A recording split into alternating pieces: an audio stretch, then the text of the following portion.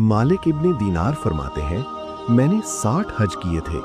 एक साल लाखों हाजियों का मजमा था। मेरे दिल में ख्याल आया, मैंने अर्ज किया, ए अल्लाह, इतने लोग तेरे घर आए हैं, क्या किसी का हज कबूल भी हुआ है या नहीं? रात को मैं सोया, ख्वाब में एक आवाज आई, सबका हज कबूल हो गया, मगर मोहम्मद बिन हारून बल्खी का हज कबूल नहीं हुआ। सुबह मैं फौरन उठा और उस शख्स को ढूंढना शुरू कर दिया।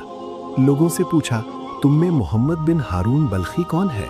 लोग हैरान होकर बोले, वो तो बहुत नेक आदमी है, बड़ा परहेजगार, सारी रात इबादत करता है और सारा दिन रोजा रखता है। मैं ये सुनकर हैरान हो गया। फिर उन्होंने बताया, वो पहाड़ के पीछे खैमा लगा कर रहता है। मैं वहां पहुंचा, देखा वो मुसल्ले पर बैठा इबादत कर रहा था।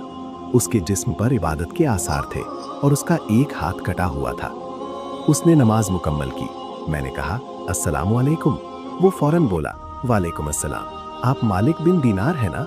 मैं हैरान रह गया। फिर उसने ठंडी सांस ली और कहा, आपको ख्वाब आया होगा कि मेरा हज कबूल नहीं हुआ।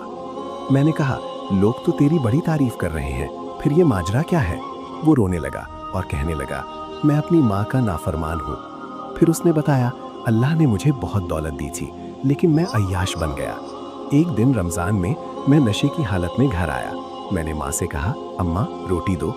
माँ ने कहा, शर्म कर, खुद रोज़ा नहीं रखा, कम से कम रोज़ादारों का ख्याल कर। मुझे गुस्सा आ गया, मैंने माँ को थप्पड़ मार दिया। वो पीछे हटी और जलते हुए तंदूर में गिर गई। लोगों ने मुझे पकड़कर कमरे में बंद कर दिया। सुबह पता चला, लोगों ने मेरी माँ को दफन भी कर दिया और जाते जाते वो ये कह गई थी, इसे मेरा चेहरा भी ना दिखाना। वो रोते हुए कहने लगा, इसी दिन मैंने वो हाथ काट दिया जिससे माँ को मारा था। सारी जायदाद सदका कर दी। 24 साल हो गए, रातों को इबादत करता हूँ, रोजे रखता हूँ, हज करता हूँ, लेकिन हर साल कोई आकर कहता है, तेरा हज कबूल नहीं हुआ। मालिक बिन दीनार फरमाते हैं, मैं वहां से वापस आ गया। इसी रात मैंने ख्वाब में मोहम्मद सल्लल्लाहु अलैहि वसल्लम का दीदार किया। आप सल्लल्लाहु अलैहि वसल्लम ने फरमाया, मालिक, तुमने उसे मायूस क्यों किया? अल्लाह बहुत मेहरबान है। फिर फरमाया, जाओ इसे जाकर बता दो, क़यामत के दिन अल्लाह उसे उसकी माँ की वजह से माफ़ कर देगा, और जब फरिश्ते उसे जहन्नुम की तरफ ले जाएंगे, वो बार बार अपनी माँ की तरफ देखेगा और तीसरी बार पुकारेगा, अम्मा ये मुझे जलाने लगे हैं।